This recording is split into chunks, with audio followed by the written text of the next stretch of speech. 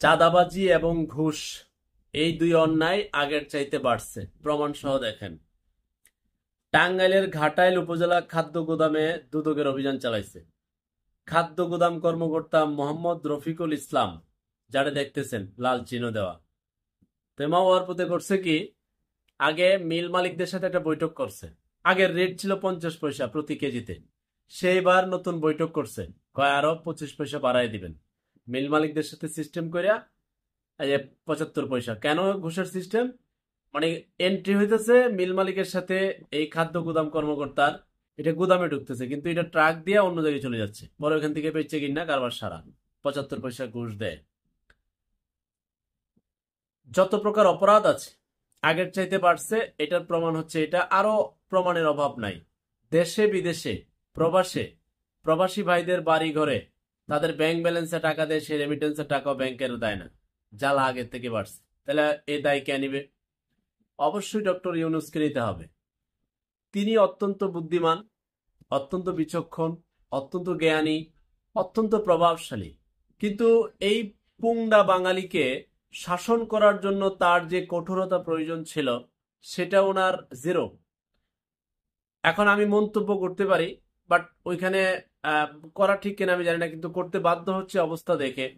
ওনার উচিত ছিল দায়িত্ব নেওয়ার 1 সপ্তাহের ভিতরে বাংলাদেশ সেনাবাহিনী, পুলিশ সহ যত প্রকার প্রশাসন আছে, র্যাব সহ, তাদের প্রধানদের সাথে কঠিন এবং কঠোরতম বৈঠক করা, যে আপনাদের কঠিনতম সহযোগিতা আমার প্রয়োজন। একটা মাওয়ার পুতো বাইরে থাকতে পারবে না, যতগুলা সিন্ডিকেট, চাঁদাবাজি, রাহাজানি, ঘুষ, দুর্নীতি করবে, প্রত্যেকটারে ভিতরে আন্দাইতে হবে। এই ভাষায় তো না, উনি ওনার গঠনমূলক আলোচনায় কঠোর ভাবে, শাসক কঠোর হতে হবে, শাসন করা তারই সাজে সোহাগ করে, যে আবার আদরও করতে হবে। একজন পিতা, একজন সংসারের যিনি দায়িত্বশীল, তার যদি অতি আবেগীয় মনোভাব থাকে এবং দুর্বল থাকে, তাহলে তার প্রতিবেশী সহ তাকে আক্রমণ করে বসবে। ডক্টর ইউনূসের বেলায় হয়েছে এই কারবার।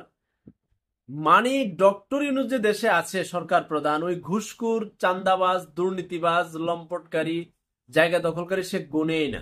সে মনে করছে আরে ইউনূস থাক, সমস্যা নাই, এটা আরো সুবিধা হয়েছে চান্দাবাজি করার জন্য। কঠোর শাসক থাকলে একটু কম করে। এখন উনি দুর্নীতি করে না, কিংবা তার উপদেষ্টাকে দুর্নীতি করার সুযোগ দেয় না, আমরা মানলাম, কিংবা তারা করেও না, কিন্তু কয়েকটা উপদেষ্টার পিএস তো কামাইছে। আর তার বাহিরে যা চেলাচামড়া আছে, সরকারি কর্মকর্তা আছে, মিল্লা জিল্লা একসাথে খাইতেছে, দেশে বিদেশে লুটতেছে। লুডের এক মহামারী এবং অন্যায়ের এক মহামারী চলছে পুরো বাংলাদেশে।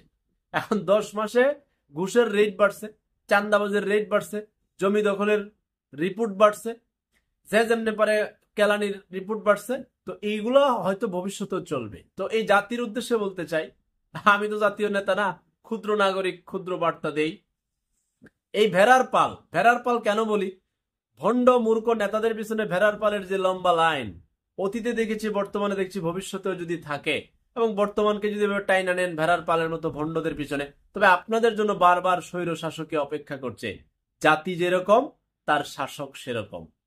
500 টাকায় ভোট বেছো না, তো তোমার জন্য চোর নেতাই প্রযোজ্য। এটাই তো সিস্টেম। এবং অদূর ভবিষ্যতে কেউ কোনো এক স্বৈর শাসকের পতনের জন্য মাঠে নামবেন না। নামার পরে যে বিরোধী দল না, এই বিরোধী দল আবার স্বৈর শাসক হবে, কারণ ওই ভেড়ার পাল আছে। এটা মনে রাখেন, মাথায় সেট আপ রাখেন।